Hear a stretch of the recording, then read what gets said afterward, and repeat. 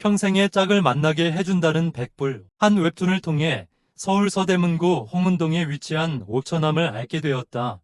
옥천암 근처에 있는 대학교를 졸업한 친구에게 옥천암을 가봤는지 물었으나 금시초문이라는 반응이었다. 옥천암이 우리나라 4대 관음기도 도량 중 하나로 알려질 정도로 유명하다는데 그 근처 대학에서 4년을 있으면서 알지 못한다는 사실이 처음에는 의아했다. 그러나 옥천암을 가보니 관심을 두지 않으면 모를 수도 있겠구나 싶었다. 옥천암은 주변 중심지에서 약간 벗어나 있으면서 사찰 규모도 작아 주의 깊게 살피지 않으면 찾기 어렵기 때문이다. 삼각산과 인왕산 경계에 있는 옥천암은 보도각 백불로 예전부터 유명한 사찰이지만 옥천암을 창건한 사람과 시기는 정확하게 알려지지 않고 있다. 그러나 옥천암은 조선을 건국한 이성계부터 고종에 이르는 긴 시간 동안 많은 이야기를 담고 있다. 조선을 건국한 이성계는 서울의 도읍을 정할 때 이곳에 와서 기도를 올렸다고 한다. 이성계가 옥천암에 와서 기도하고 서울의 도읍으로 정한 것은 이성계의 정신적 스승이었던 무학대사의 영향이 크지 않았나 싶다. 무학대사가 왕십리의 도읍을 정하고자 했을 때 선인이 나타나 서쪽으로 십리를 더 가라고 했던 일화가 있다. 왕십리 지명에 관한 이야기를 통해 봤을 때 이성계는 서울로 도읍을 선정하는 데 있어 부처님의 도움을 받았다고 여겼다.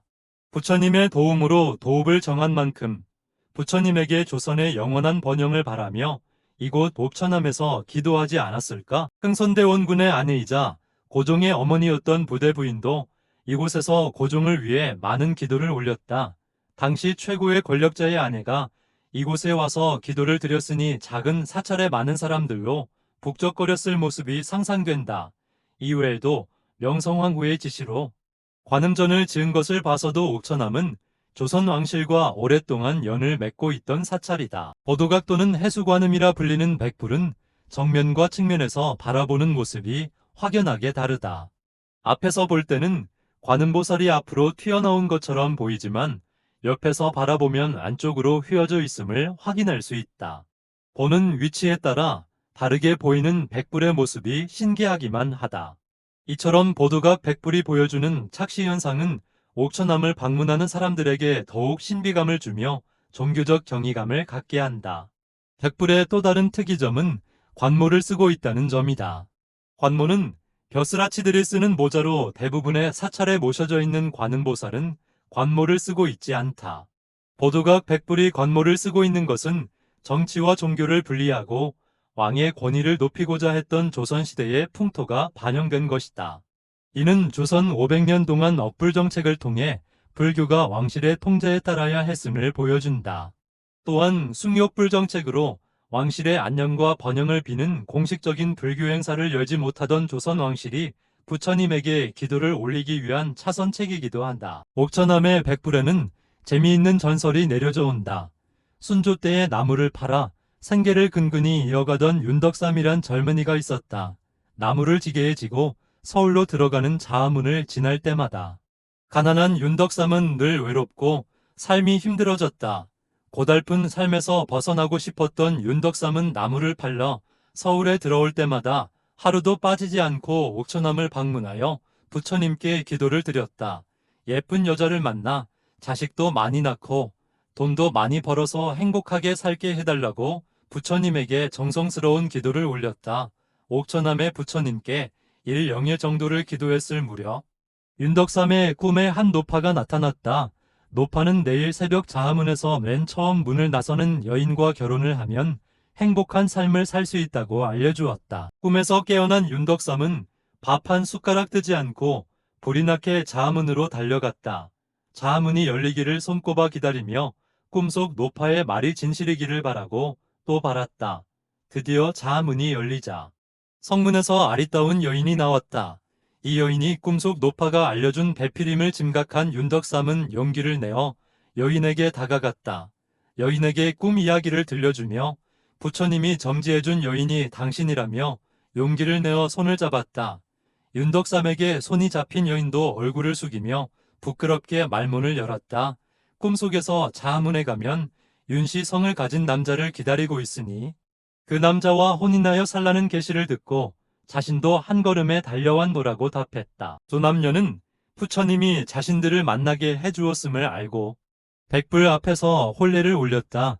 이후 여인이 가지고 있던 폐물로 근처의 산과 논을 산 윤덕삼 부부는 언제나 늘 함께하며 열심히 일했다.